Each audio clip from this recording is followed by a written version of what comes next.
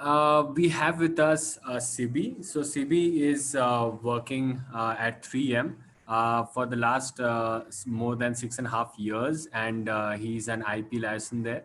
And he has been in this domain for a long time, and he has also worked as a patent engineer previously.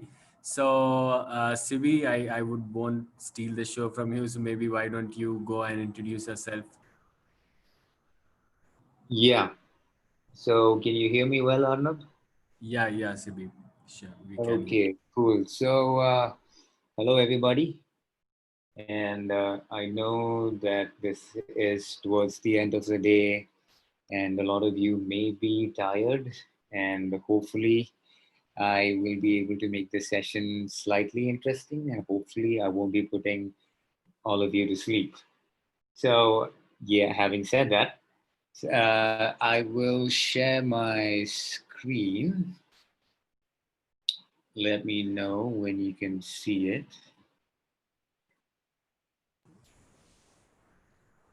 Yes, Yeah, we can. cool. Okay, so the topic that I will be taking today is patents. So, patents is part of intellectual property. So, we have copyrights and trademarks and stuff. I won't be covering that in the session. I will be covering patents. So, a small introduction. Like Arnav said, I work for 3M. I am an IP liaison for 3M. So, what is an IP liaison? I am someone who's kind of like a middleman between an inventor and an attorney. So, what does that mean? What do I do? So, that means that 3M has labs across the world. So, I oversee labs in India, Southeast Asia, and ANZ. So what happens is we have inventors in these labs, and these inventors would come up with new stuff, new ideas, new products. And I will go through these inventions, I will go through these ideas, and we will have a discussion. And I will then comment on stuff like, okay, is this idea patentable? Can we go ahead with this? Or maybe a little bit more work needs to be done on this, right? So those are the kind of things that I do. And if the idea is patentable, then we go ahead and I help them out with the procedures involved in getting a patent. So that is what I do as an IP liaison for 3M. And I've, like Arnav said, I've been with 3M for 6 years now. I've been doing this IP liaison stuff for 3.5 years. And before that, I was part of another backend team.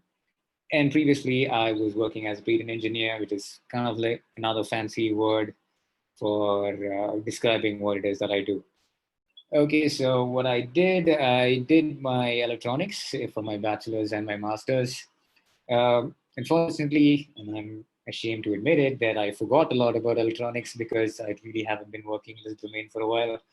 Uh, and, and most of my work, it's kind of a mix of law and technical. So right now I'm trying to pursue a law degree along with my work. Right, so that is what I do. Session overview. So I will just first, I'll just cover oh yeah, and a small disclaimer before that. I've been having power fluctuations in my place over here. So in case I cut off, it's probably because the power went off over here. So I'll try to connect back as soon as possible. Right, now that's out of the way. So the session is divided into different sections. The first section, I would just kind of give a basic overview about the patenting process, how much time it takes to get a patent granted, and what are the types of patents and stuff like that. And then I hope that the rest of the sessions are relevant to you from a startup perspective. So kind of divided it into one section is like, okay, you have an idea, what do I do? And then is your idea good? And once you figure out your idea is good, uh, how do you proceed? And then once you have a patent granted, what do you do? And lastly, not all ideas need to be patented, and you need to decide on whether you should patent your idea or not. right? So the approach that I'll follow is a properly kind of like a question and answer session where I'll just put a question and then I'll give you the answer for that, because I think that it's easier to understand the concept that way. Okay, so what is a patent and why patent? So, patent is, like I said, part of intellectual property, right? So once you get a patent application, you can prevent others from making, using, or selling your invention, right, for a certain period of time. A patent is not forever. There is a restriction on that, right? And the concept or the idea behind a patent application is this: you as an engineer, you as an inventor, will spend your time and your resources trying to come up with an idea. And once you do come up with an idea, you share the idea to the world. And as a reward for your effort in coming up with the idea, you will be given the right to own that idea or prevent other people from using the idea without your permission for a certain period of time. After that time elapses, your idea becomes public, right? Then you can't prevent other people from using it. So, having said that, what kinds of patents are there? So, there are two types. One is, we call it a national patent, or I just call it a patent application. That is normally when we talk about a patent, this is what we normally talk about: a national patent, which is a patent application. So this is for whatever you have, a machine, or you have a software, you have a chemical compound, or you have a process of doing something, innovative process that you want to protect. You can protect it using a national patent or a novel patent application. Then we have a design patent. Design patent isn't as important, according to me, because design is basically, it protects the aesthetic of your invention. So let's say you have a lamp, right? So lamp is basically a bulb connected to some an apparatus, right? So you want to, let's say you have a new design for the lamp, which doesn't really add to the functionality of the lamp, but just makes it look different, right? In that case, you can apply for a design patent just to protect that design of that particular lamp. Okay, so how long do you have a patent? You, like I said, a national patent or a normal patent, you have it for 20 years. So for 20 years, you can prevent another person from using your idea without your permission. After 20 years, your idea is in the public domain, anybody can use it, right? And a design patent usually lasts for 10 years. And there's also a provision in most countries where you can extend it for another 5 years. So that's like 15 years. Right. So how do you file a patent? We file a patent, obviously, with the patent office, right? And we file an application with the patent office, and that application is called the patent application. So where are these patent offices? We have 4 patent offices in India: one in Chennai, Mumbai, Delhi, and Calcutta. So if you're from the south, say Bangalore, Kerala, Tamil Nadu, Andhra Pradesh, then you will file your patent with the Chennai Patent Office. If you're from the west, Maharashtra, Gujarat, etc., you file it with the Bombay office. Similarly, if from the north, you file it at the Delhi office. And if you're at the east, you file it at the Calcutta office. But it's okay if by mistake you file the wrong office, they will route it to the appropriate office anyway. So not a big deal. Okay, so this is what a patent application looks like, at least the first page. So on the left, you see a US patent application, right? And on the right, you see an Indian patent application. So usually in a patent application, like you can see here, you have the,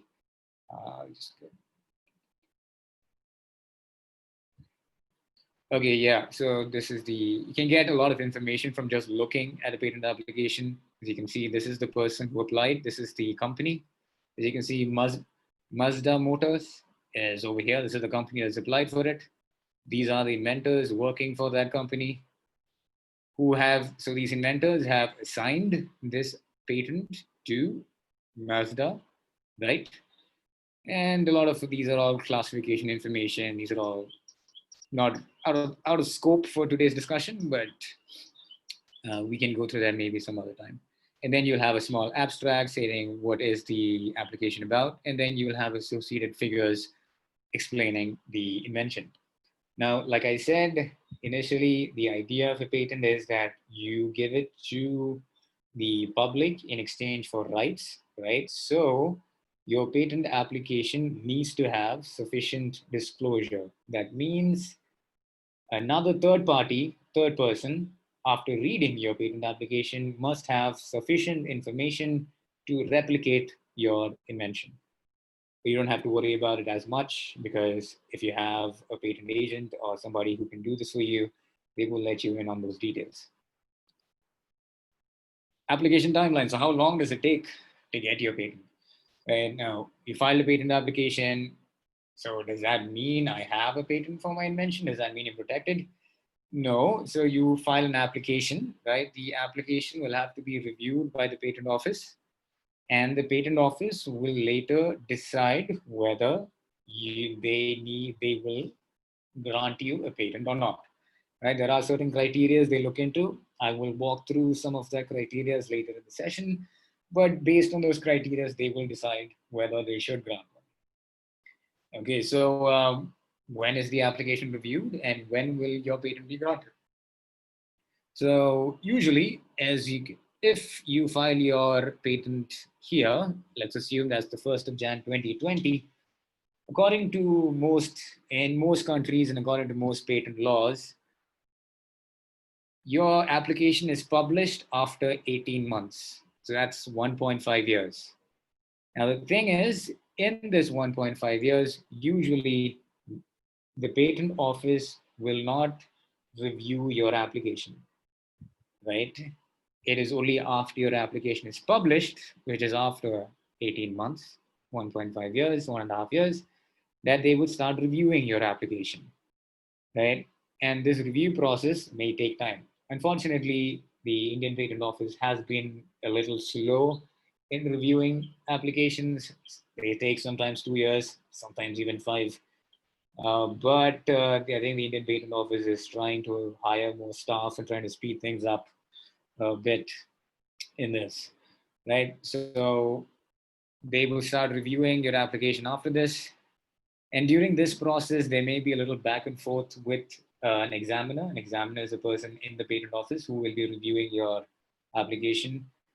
And the examiner may have some objections, right? So the examiner will probably go through your application and say and he may say hey, dude, I don't know if you can exactly patent this particular idea because of so and so reasons, right?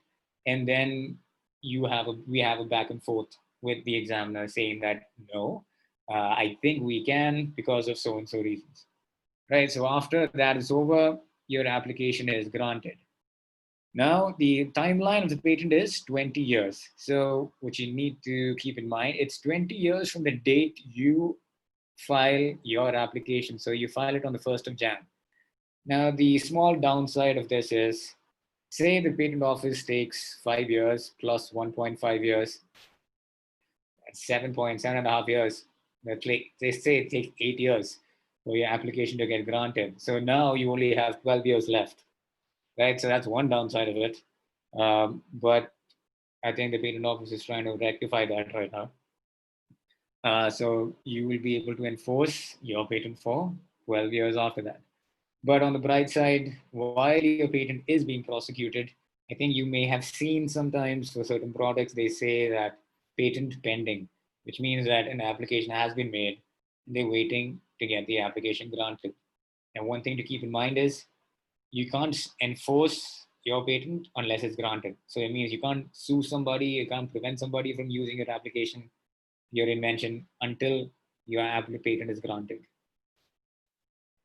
Okay, so for startups, can we speed up this process? Yeah, so the startups can file a form with the patent office, right, stating they are a startup. And and you can also file a couple of other forms saying that you want an express examination, saying that you want the patent office to examine this application ASAP, right? And also you can give another form saying to publish your application ASAP. So in this case, like previously, you don't have to wait for the 18 months, and it'll be published ASAP, and your application will be reviewed ASAP. So hopefully, for a startup, it may take maybe 2 years, 2.5 years, and with the patent office. And I think recently I read a news saying that there was one application that was granted in a year and a half, which was like the fastest ever for the Indian Patent Office. I think it was done the end of last year or the beginning of this year. I think so. That's good news for startups. Okay, so that's the first section of it. So before I go to the next section, does anybody have any questions? If so, I can address them, or I can just go on with the application. I mean, with the session.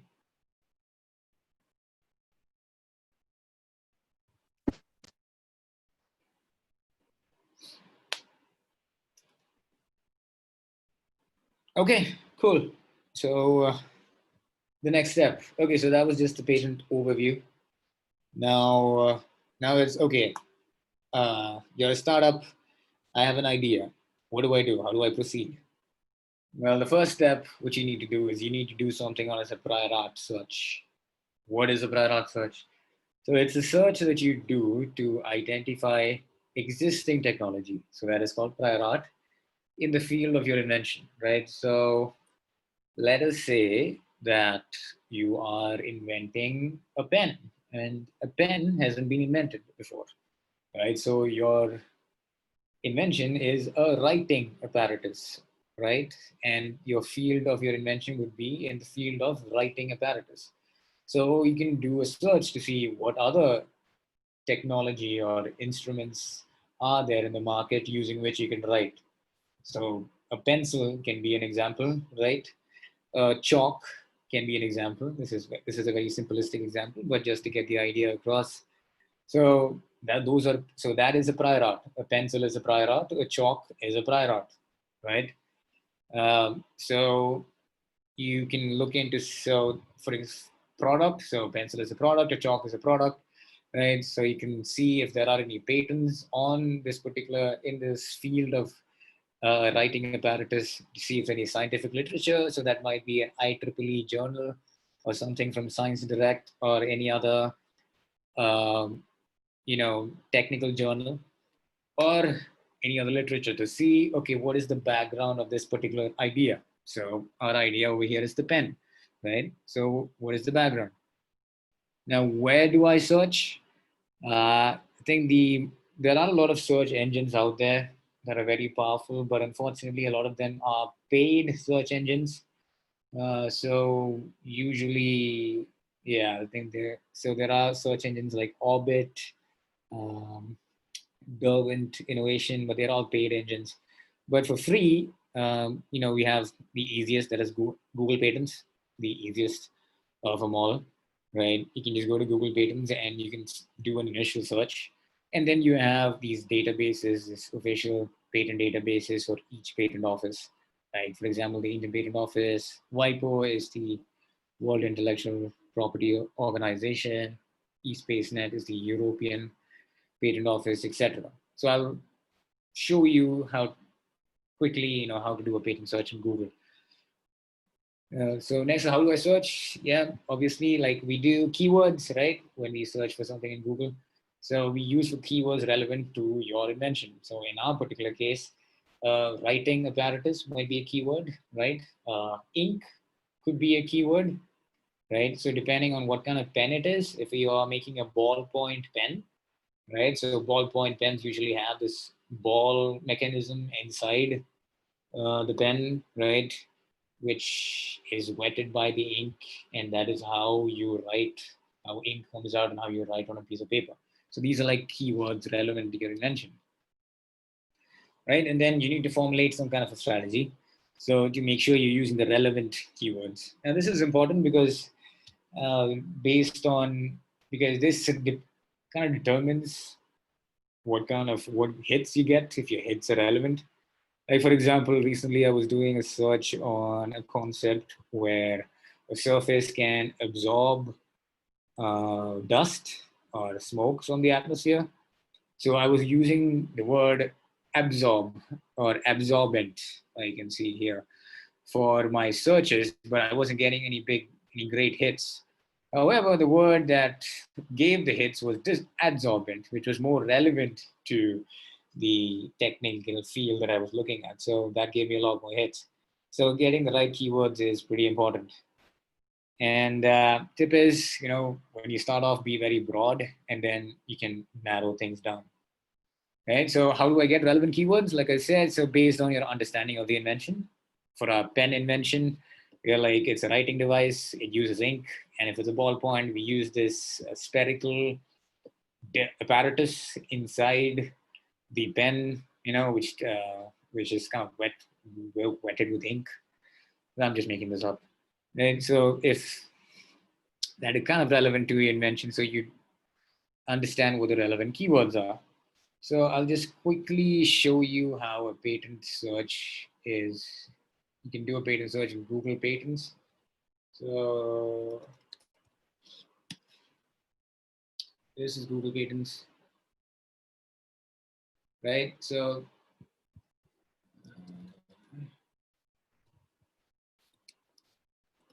writing device and I'm just making this up. Right, so these are some patent applications you can get on this particular keywords. Of course, this is very broad and you need to kind of narrow it down. Right, so this is one example. This is a patent application. So you can go to download a PDF here, the download PDF option here. And this is a very old application, 1955, because ballpoint pens are pretty old, right? So you get, so doing a search like this is also a good idea if you're, let's say, ideating or trying to come up with an idea. So it's a process that we call landscape searching. So you're trying to come up with an idea just to see, you're trying to make a writing device. You want to see what kind of writing device is out there in the market, and then you want to build on that. It's also a good way of approaching that. Now there's also advanced search here, right? So you can do the same thing over here, right? Putting in the words. So this is where like I previously mentioned here, we have the applicant, inventor, assignee, right? So we can use this information when you're searching. Like for example, if you're looking for, in our case, the assignee here, let's say is Mazda, right? Like one of the patent applications we're looking at. So I think that, oh, we don't have Mazda.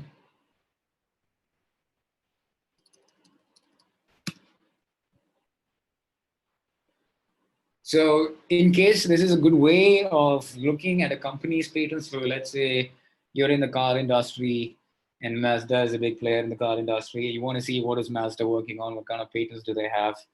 Using the assignee search is a good way of doing that. So these are all Mazda patents, right? Mazda Motor, Mazda Motor, Mazda Motor Corp, right?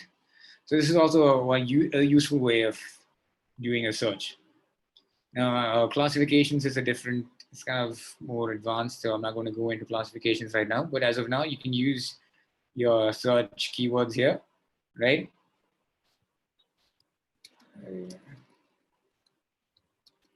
Writing device, or at least without the words. Now, let's say we don't want the word ink. Well, let's say you're looking for a writing device that doesn't use ink.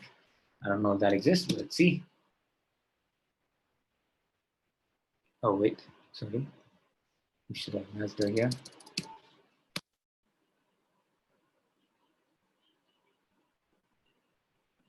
Oh, okay, but writing on a semiconductor chip. Not exactly what we're looking for, but maybe device. Oh, yeah. pen-based data input system. I think this is one of those pens like the Apple Pen, I'm assuming, right, that you can write on some kind of a tablet, so they don't have to use ink, right? So you get the idea, right? So this is how we can do, let's say, broad patent search.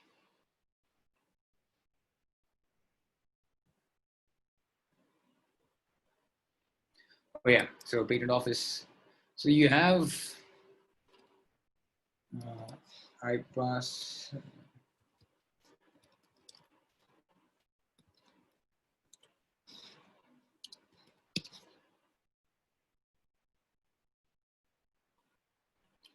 So this is the Indian Patent Office searching page. This is slightly more complicated, I would say. And this is, they have a lot of these fields. It's slightly more complicated. I think you can do this if you want to get a particular Indian patent that you're looking for. But this you can use this database if you want a more, what do you say, detailed analysis. But yeah, I would suggest you start off with Google Patents, because the Indian Patent Office site is very complicated, right? Then you have, so the other one I was talking about, WIPO. So what this does is it searches for patents across the world, right? Just like how Google does it.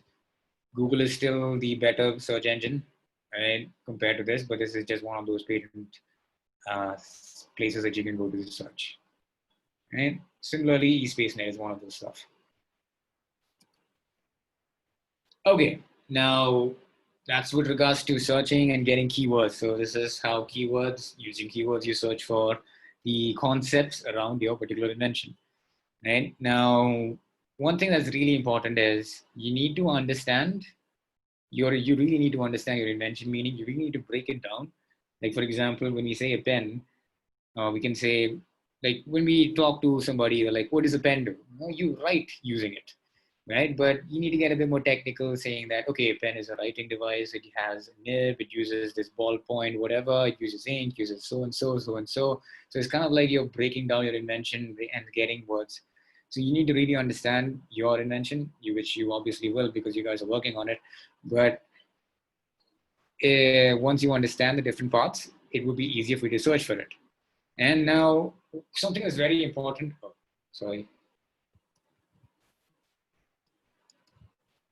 is the novelty of your invention. Now, novelty, what is novelty of an invention? So your patent is granted for a new idea, right? Novelty is what is new about your invention. Let's take the pen example again.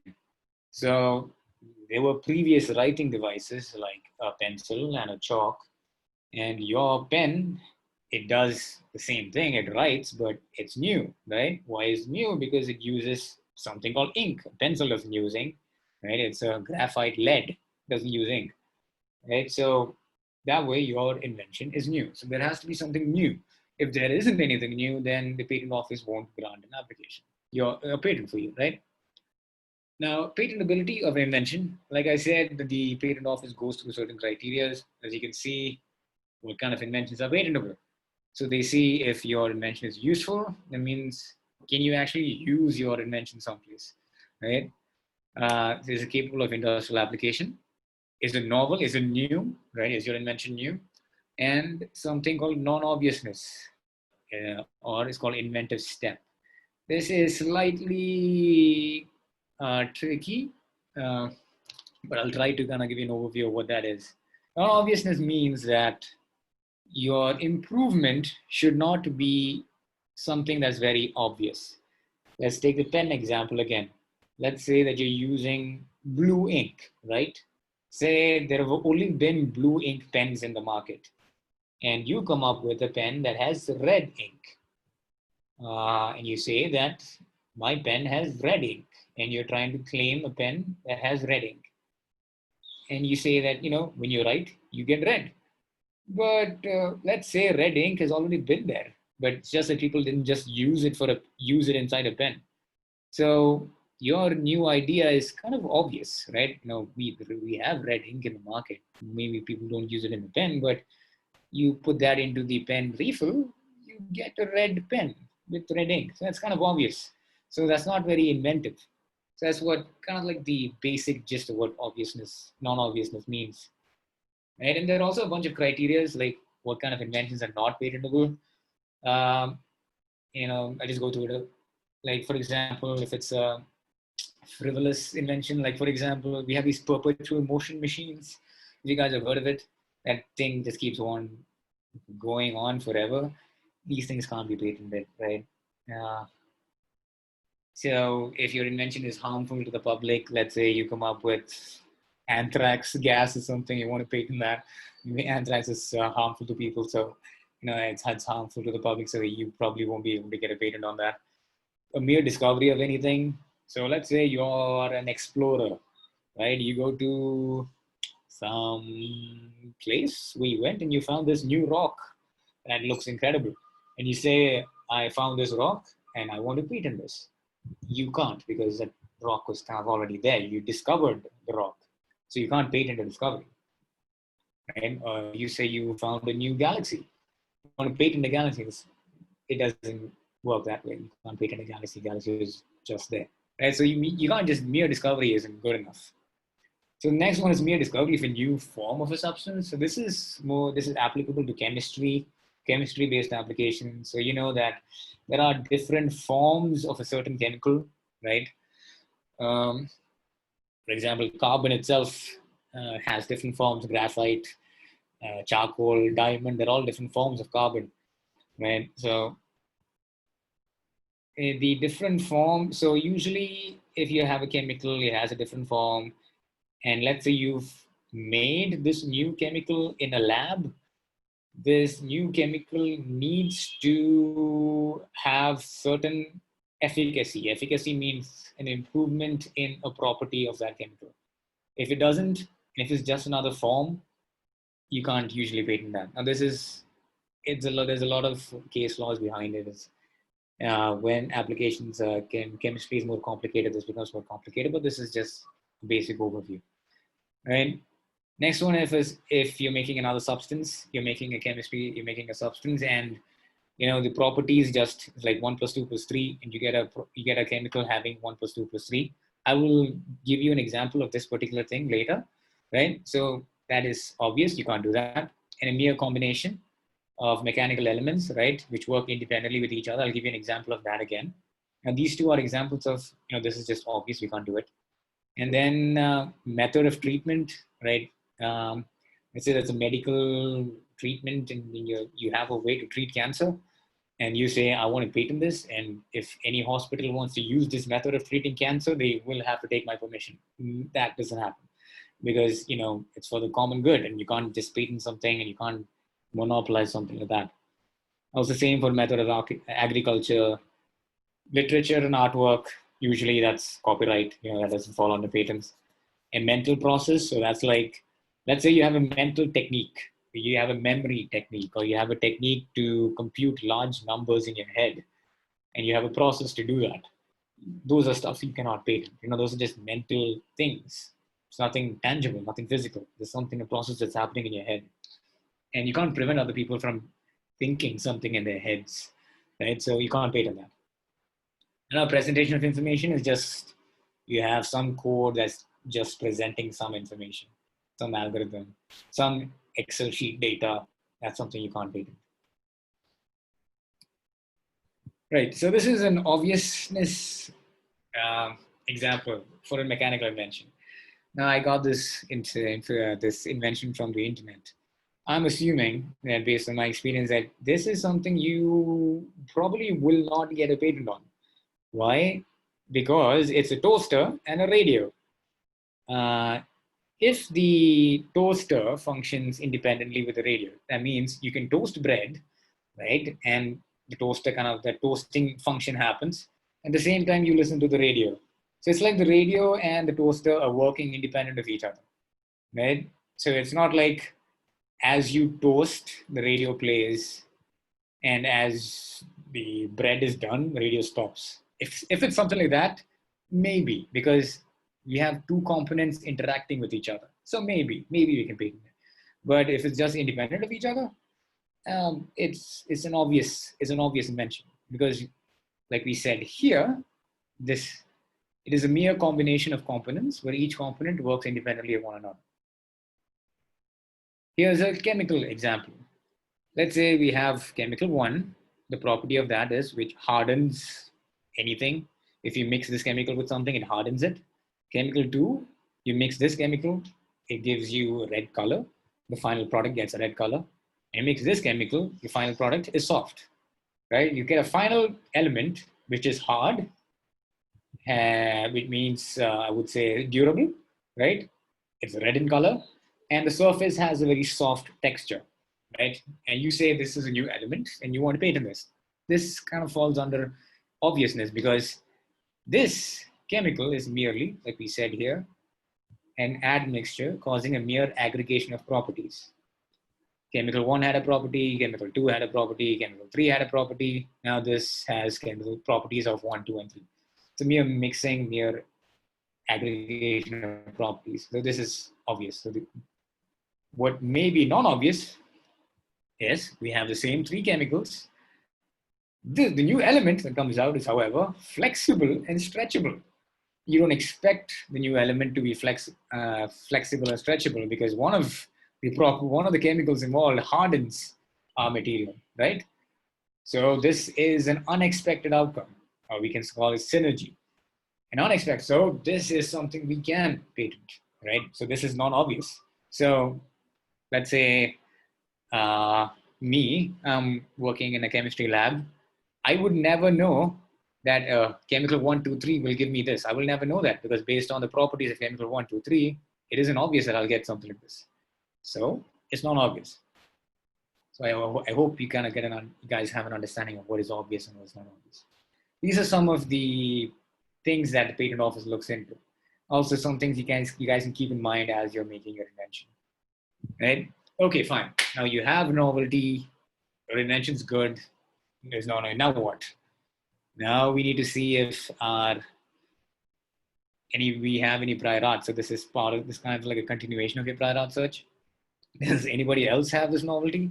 Like, for example, let's take the pen example, or let's take the chemical example here. We're using chemical 1, 2, 3, and we get a stretchable thing, a stretchable element, right?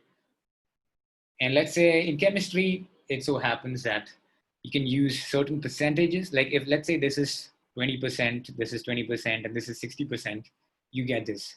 But if this is, let's say 40%, this is 40%, this is 20%, you may get something entirely different, right? So the measure matters. How much of the chemical you're using matters, right? So let's say there is a prior art out there which uses a different percentage, and you get something different, right? So prior art uses these 3, but they get something different. So that's why we're trying to see if the prior art has something around our novelty element. Our novelty element is that we have an element that's flexible and stretchable once we use these 3. How do we check that? Now this is something, we make something as an art matrix, right? We make this in Excel.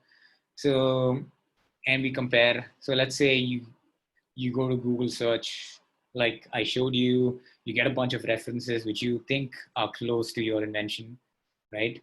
And you, like we said, we talked about keywords, we use keywords. For example, in the pen example, our novelty, let's assume that our novelty is that we use ink, right? Second is, which in our case can be a novelty because we use a kind of like a spherical ball inside of our pen, which is a ballpoint pen, right? Third keyword can be a writing device, right? Fourth can be, let's say, manually held writing device that you can hold, right? We now have machines that can do writing. So let's say this is something that you can hold manually, right? So manual. So here we can be writing device. Keyword 2 can be something like ball, and keyword 1 can be ink, right? So you see, so we can compare, if you come across this reference, does this reference have this particular point? If so, just includes that information here, right? Similarly, does this reference have every one of our aspects? No, it doesn't. Maybe it has these 2 aspects, it doesn't have these 2 aspects, This reference has these two, it doesn't have this two, right? So it's kind of a way to compare what kind of art is out there and how similar is it to what we are doing. Another thing, it's called expanding the scope of your invention. Now, the thing is, we need to make sure that we're not limiting the scope of an invention. Now, what do we mean by the scope of an invention, right? I will get to that in the next slide.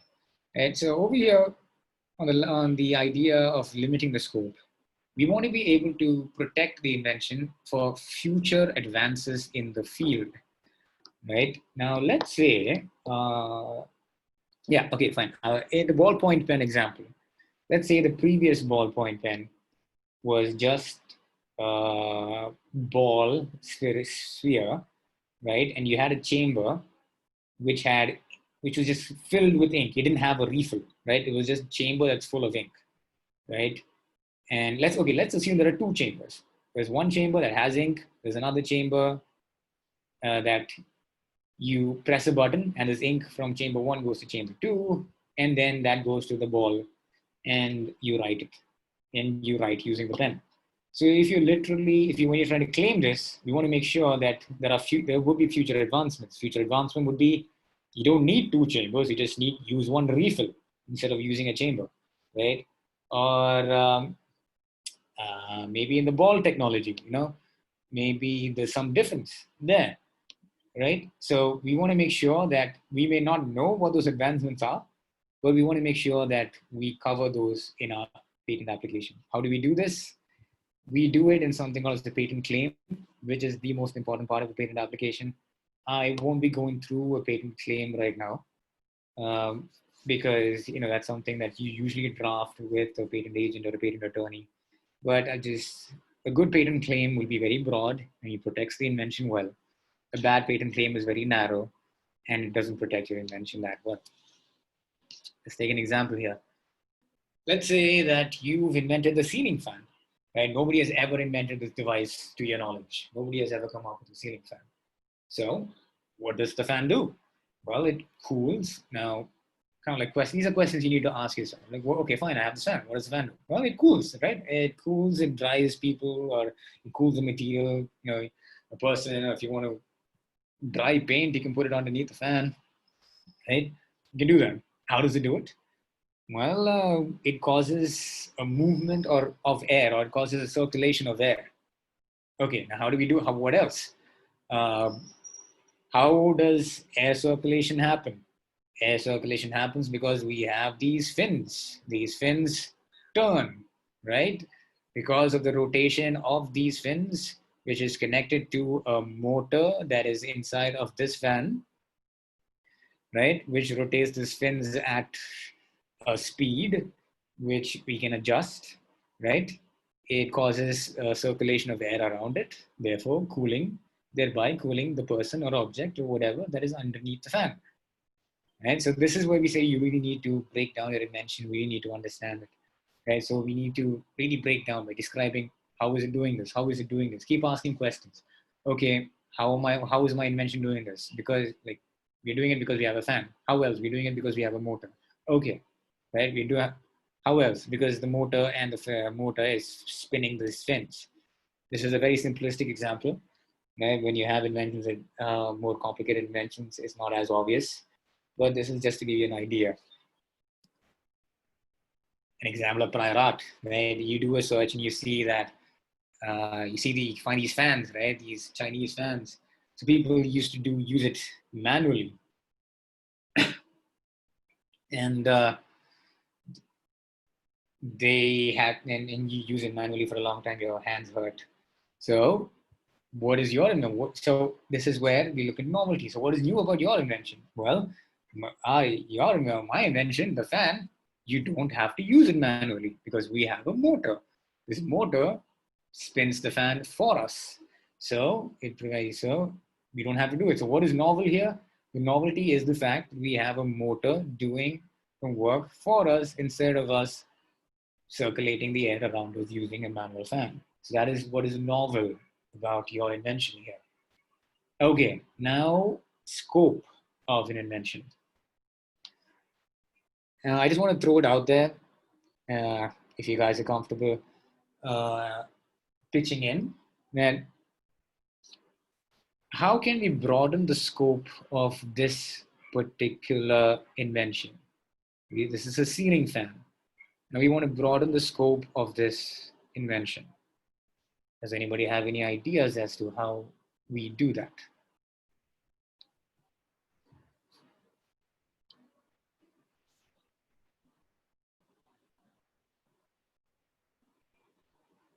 Okay, it's cool. It's okay. This might be something new to you guys. Okay, I'll go through that. Now, let's say you put a patent application saying that it's I'm claiming a ceiling fan is attached to the ceiling, blah, blah, blah, which uses a motor. If you claim it that way, we are limiting our invention because a ceiling fan is not the only type of fan, right? How do we expand the scope of the invention? Ceiling fan is not the only type of fan. This is where understanding the novelty comes in. What is new about your invention? What is new about our invention is not the fact that it's attached to the ceiling. What is new is we actually have a motor which motorizes the operation for us. So a fan can have different applications. This is an exhaust fan, right? This is a table fan. This is a small handheld fan. So this is scope. So this is the scope of your invention, right? All these fans are motorized, right? So they don't all hang from the ceiling, right? Like our ceiling fan, which was our initial idea, but they fall within the scope of our invention because they're all motorized, right? This is where understanding novelty, understanding the core of your invention comes in, and this is where an IP guy can really help you out. Where this becomes slightly more difficult when the invention gets more complicated. Okay, so your idea is good, right? You have a fan, your idea is good. Now what? How do you go ahead? You need to file a patent application with the patent office. How do you do it? You can do it online, or you can do it, we go to the patent office in person. Usually everybody does it online. So also an inventor can do this by himself or herself, but it's always advisable that you have an IP person or a patent agent or somebody who can help you out with this. So when do I file the application? Like you have the fan, it's good. Now you want to protect this invention and you want to file it. The rule of thumb is you file ASAP, as soon as possible. Why? Why file the application ASAP? Because the date at which you file the application is important, right? Like I said, let's say you're filing it on the 1st of Jan 2020. Let's say you have a competitor and he's working on a fan too. And you think that he's getting close to making a fan, right? And he's also thinking of filing an application for his fan. You want to beat him to the patent office, right? If not, if he beats you to the office, and if he files an invention that's very similar to your invention, then his invention becomes prior art for your invention. And as we said, our invention has to be novel. If there is prior art, that destroys novelty, right? So that is one of the reasons why companies that's why filing your invention as fast as possible is a good idea. Most of the patent offices across the world, they follow this first to file approach, right? At one point in the US, they used to follow a first to invent approach. Say you have inventor A, let's say you and your competition. Let's say you were the one who actually invented the fan first, but your competition filed the application with the patent office before you. You can stake a claim saying that you invented this first. You invented it before that guy did by showing your lab notes or invention notes and stuff like that. That was an option in the US. Not now. US is also a first to file. So it doesn't matter if you came up with this before the other guy. If he beats you to the patent office, you lose it. Okay, so you file a patent application. So is my invention protected across the globe? No. So this is one thing you need to be careful about. A patent is country specific, right? So you will need to protect your invention each country. that is relevant by filing a patent application in each of those countries. This makes it slightly tedious and a very expensive process. If you feel like your startup idea is great, is awesome, you feel like it can expand maybe into the US market at one point, into the European market or the Japanese market, it would be a good idea to look into filing a patent in all of these markets, right? Or else your idea will be protected in the Indian market, but it may not be protected in the other markets, and you can have other competitors in these markets who can copy your idea. And there are ways of doing it. There's something known as a WO application, that is a WIPO application, right? So using that, you can enter other countries. A lot of processes and administrative stuff, but there is a way that you can file an application where you can enter into different countries, right? And also there's another option. You file your patent in India. You have 12 months. Within 12 months, you can file it in another market, let's say the US or Japan, etc. But that's called a convention application. But the upside to filing a WO application is that you will get close to 36 months that is right, around 2.5 years to decide if you want to go. So let's say you have your invention in India, you work it in India for 2 years, and you see that, okay, maybe this isn't working that much. So you decide not to enter the other markets, right? So there is an option. You have such an option. So, but these things you can look into all that stuff by getting in touch with your IP person, right? So one thing you really need to be careful about is disclosing your invention. Before filing a patent application, always make sure that your invention is not disclosed to the public before filing, right? Because you disclose it, there's a possibility that you may destroy novelty. Let's say you are working on your fan, right? Let's take that example. And you put up pictures of that fan on your Facebook account or your Instagram account saying that, hey, this is the new invention I'm working on. We'll be filing a patent pretty soon. What you just did is you published your invention in social media, published your invention publicly. Now you have destroyed novelty.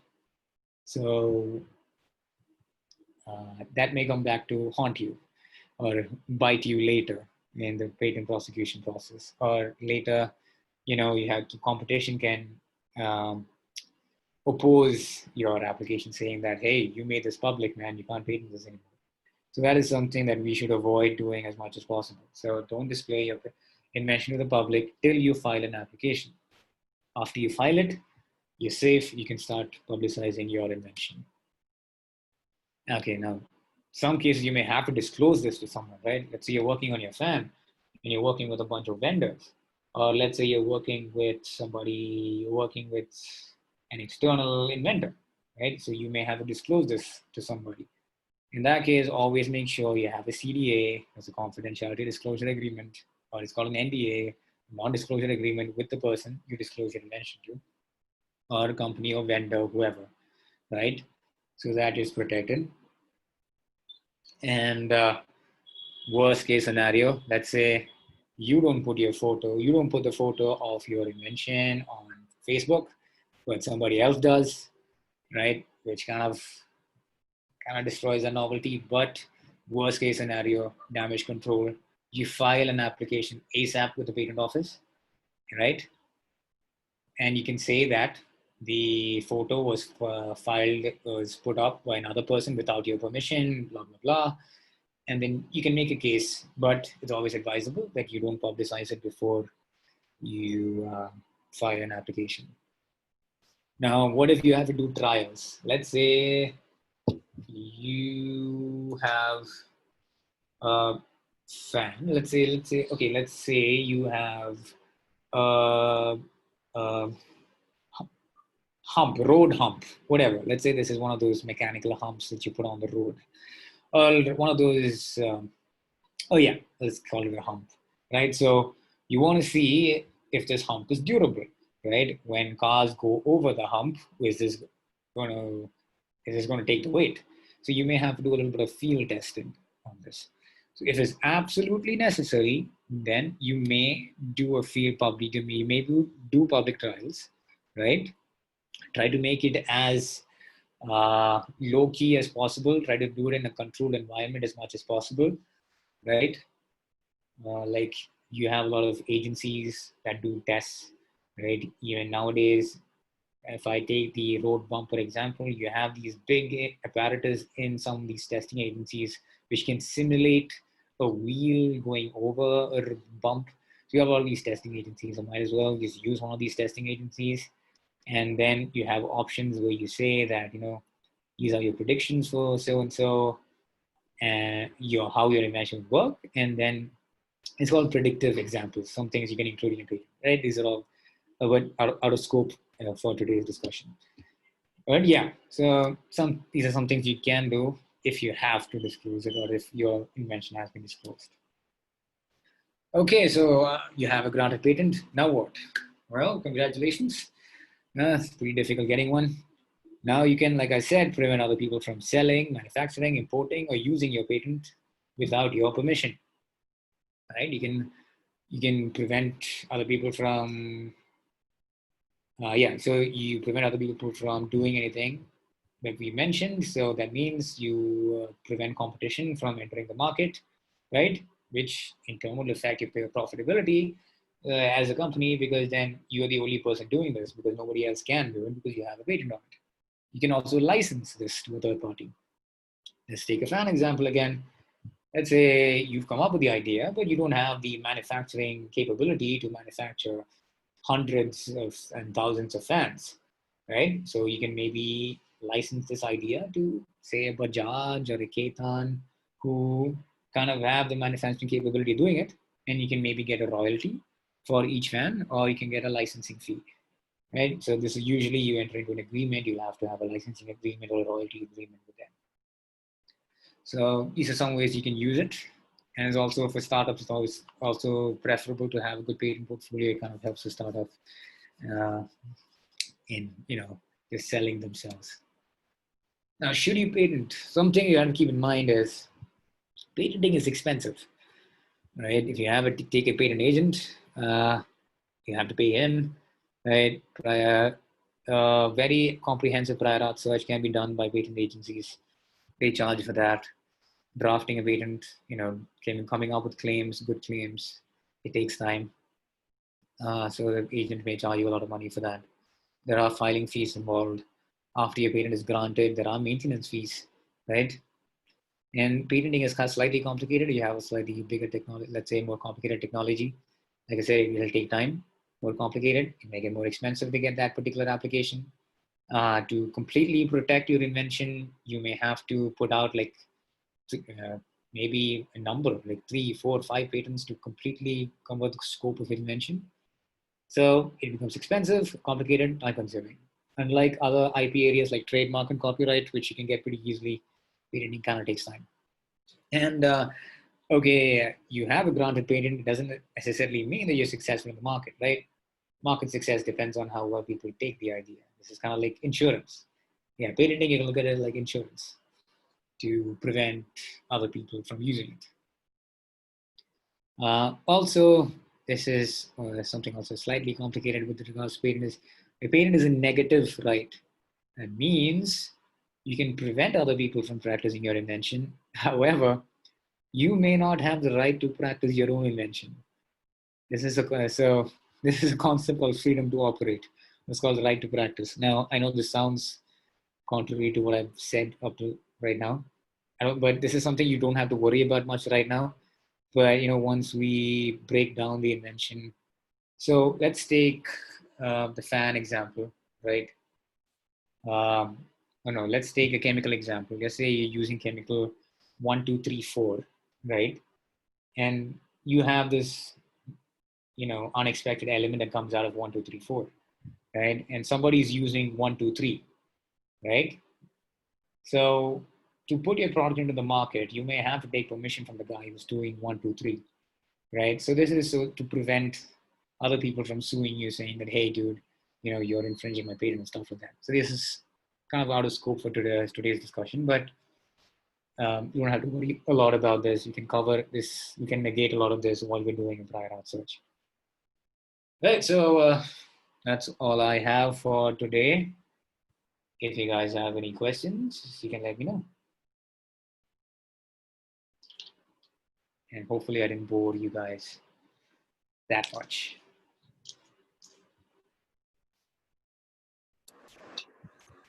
I think that was a lot of information for a lot of people, Sibyl. So I think that is good. But yeah, guys, I mean, is anybody on the call? I know all of you very young startups, you're very young at your idea stage. Are there any questions that you think you may have, or anything that you can think of right now? Please do go ahead and ask.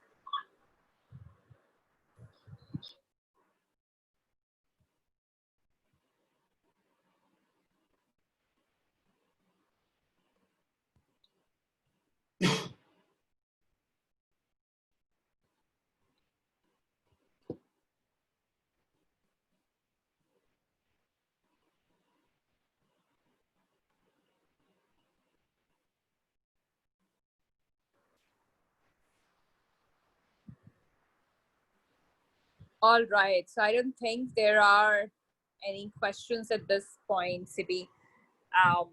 And I think if there are, would it be okay if the students reached out to you over an email? Yeah, cool.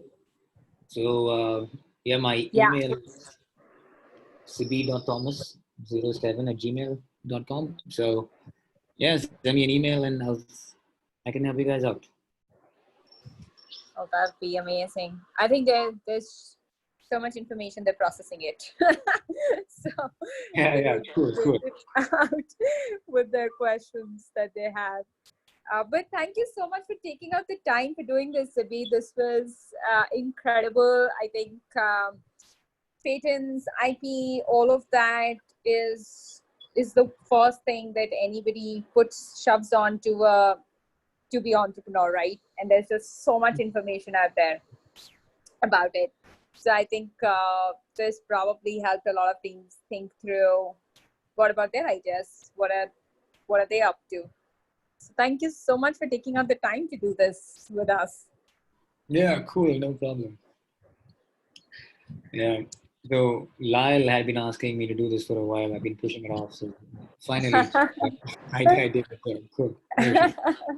Yeah, we heard that you're associated with 10K, yeah?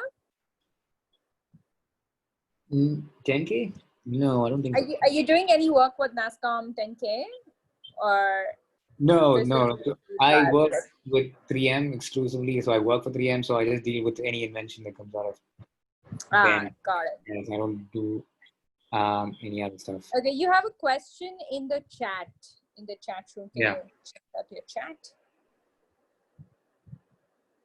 Okay, usually how much time is taken by a patent procedure after filing? What do you mean? Okay, yeah, okay, fine. So, like, let me just go.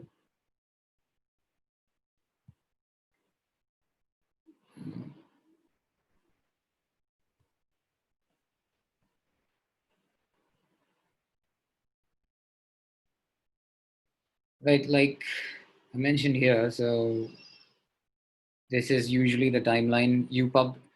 You file your application somewhere here, right? Let's say it's the 1st of Jan 2020. Usually takes 18 months for it to be published, right? So during this phase, the patent office usually does not do anything to your application. It's kind of just there with the patent office. They won't examine it. It's just there, right? It's after that they start the examination process, which is after a year and a half. Now, how we can use this time here is, let's say you file a application. Let's say you have the invention, right? Let's take the fan example again. You have the fan, and let's say that Yeah, so we have a ceiling fan, and we're in the exercise of broadening the scope of our invention. We say that we have the handheld fan, right? Something you can use by just holding it. It's not on the ceiling. So possibly that motor is not run by electricity, it's run by a battery. I know this is very simplistic, but I'm just kind of just to get the point across, right? So you want to, okay, yeah, fine. Forget that example. Take this example.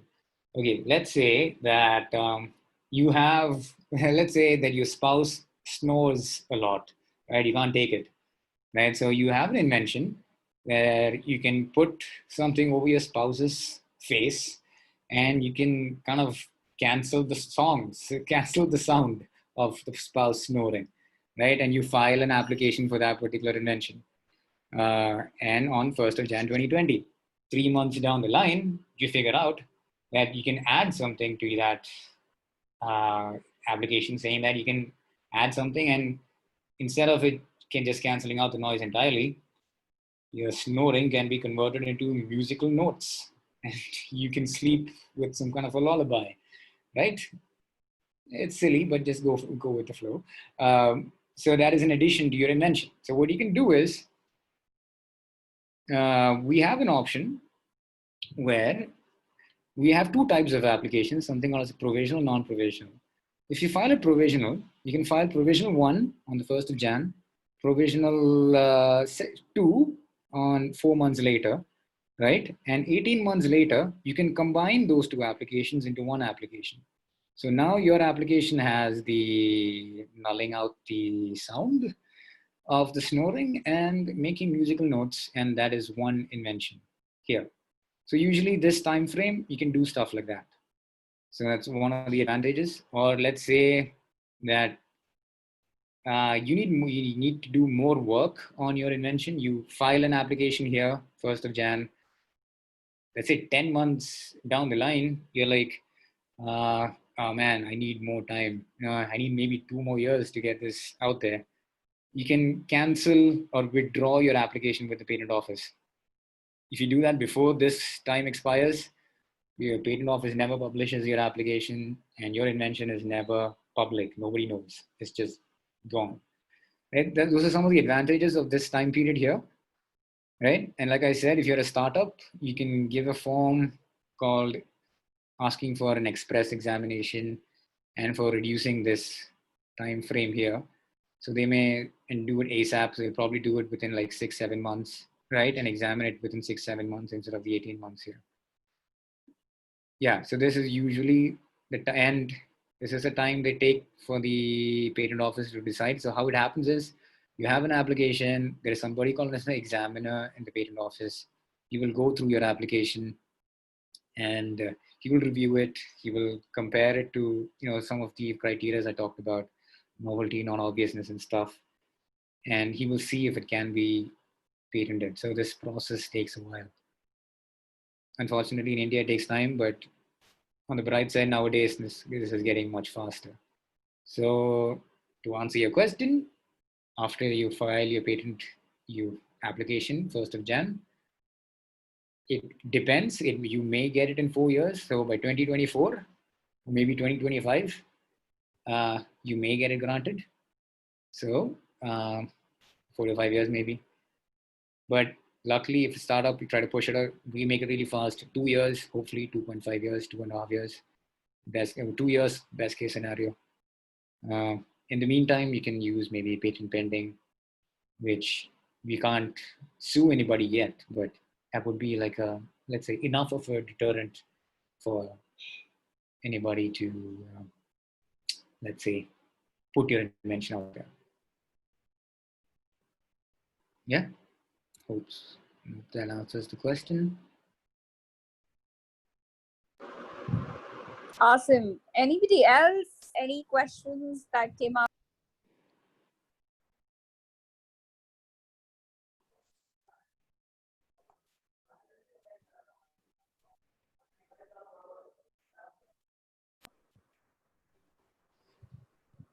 Okay, so I think that is the one question that came through, Siby.